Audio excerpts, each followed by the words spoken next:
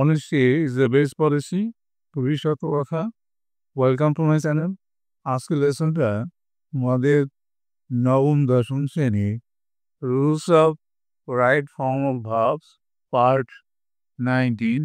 দেখো কি বললো, have, has, had, dead, goat ইত্যাদি ভার্বগুলো যখন কোনো সেন্টেন্সের মধ্যে পজিটিভ ভার্বের কাজ করে তখন ব্র্যাকেটে ভার্বটির ফার্স্ট পার্টিসিপল হয়। একটা উদাহরণ দিলে পরিষ্কার বুঝতে পারবা। Question, I got the door, ব্র্যাকেটে দিলাম আমরা ক্লোজ বাই হিম। তাহলে এটার উত্তরটা কেমন হবে দেখো, আই গট দ্য ডোর, এখানে বলা হয়েছিল পাস্ট পার্টিসিপল বলবে, ক্লোজের past participle closed by him. দেখো এখানে গট ভার্বটা থাকার কারণে পজিটিভ ভার্ব হিসাবে কাজ হয়েছে, এই জন্য এই ক্লোজের পাস্ট পার্টিসিপল ফর্মটা ক্লোজড বসলো। আর একটা এক্সাম্পল দিই আমরা। Question, I had my water, ব্র্যাকেটে দিয়ে আমরা বয়েল, এইটা উত্তরটা কেমন হবে দেখো, I had my water boiled. দেখো এখানে হ্যাড পজিটিভ ভার্বের কাজ করছে, এই কারণে এখানে বয়েল যে ভার্বটা আছে তা পাস্ট পার্টিসিপল ফর্ম বয়েল করছে। এবার আমরা পরবর্তী নিয়মটা দেখি। দেখো কি বললো, লেস্ট যুক্ত সেন্টেন্সে লেস্টের পরে যে সাবজেক্ট থাকে তার পরে সুর বা মাইট বসে।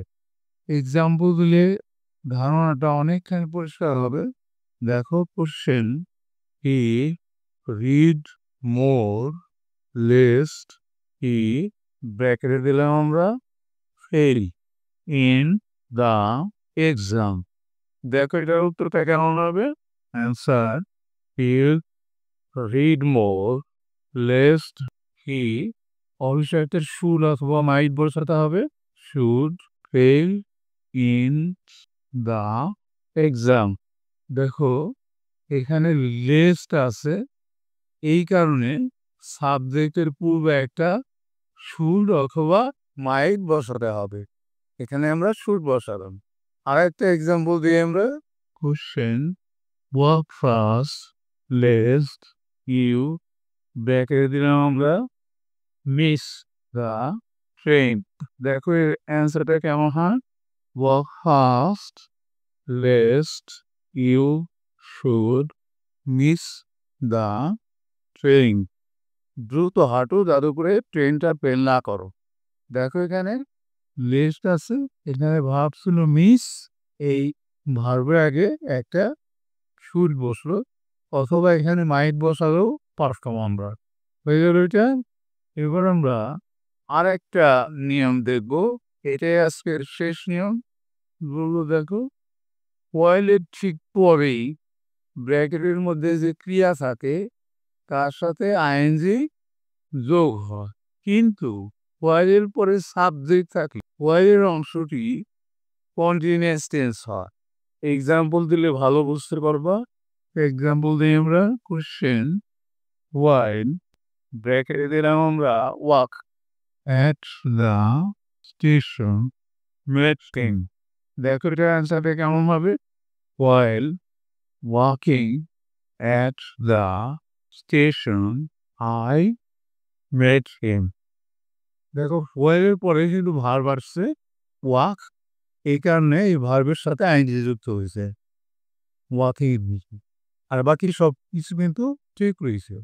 এখানে কিন্তু দুইটা নিয়মের কথা বলা হয়েছে, এই বলা হয়েছে কিন্তু হোয়াইলের পরে সাবজেক্ট থাকে, হোয়াইলের অংশটি কন্টিনিউয়াস টেন্স হয়। এটার জন্য আমরা আর একটা এক্সাম্পল দেব। কোশ্চেন, হোয়াইল আই, ব্র্যাকেটে দেব walk, in the garden a snake bit me. তাহলে এটার অ্যান্সারটা কেমন হবে দেখো, হোয়াইল আই কন্টিনিউয়াস টেন্সে যাবে, তাহলে এটা পাস্ট কন্টিনিউয়াসে যাবে যেহেতু শেষের অংশটা পাস্ট ফর্মে আছে, বাইট নাই, বিট আছে তাহলে I was walking in the garden a snake bit me. এইখানে দেখো ওয়াইয়ের পরে কিন্তু একটা সাবজেক্ট আছে আই আর ব্র্যাকেট আছে ওয়াক, তাহলে আমাদের এটা কন্টিনিউয়াস টেন্সে যাবে।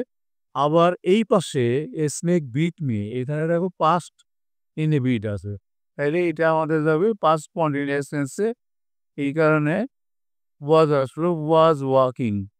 আর বাকি সব নিশ্চয়ই বুঝতে পারলা। আজকে কিন্তু আমাদের লেসনটা এখানে শেষ হয়ে গেল। অবশ্যই তোমরা পরবর্তী লেসন দেখবা। See you next.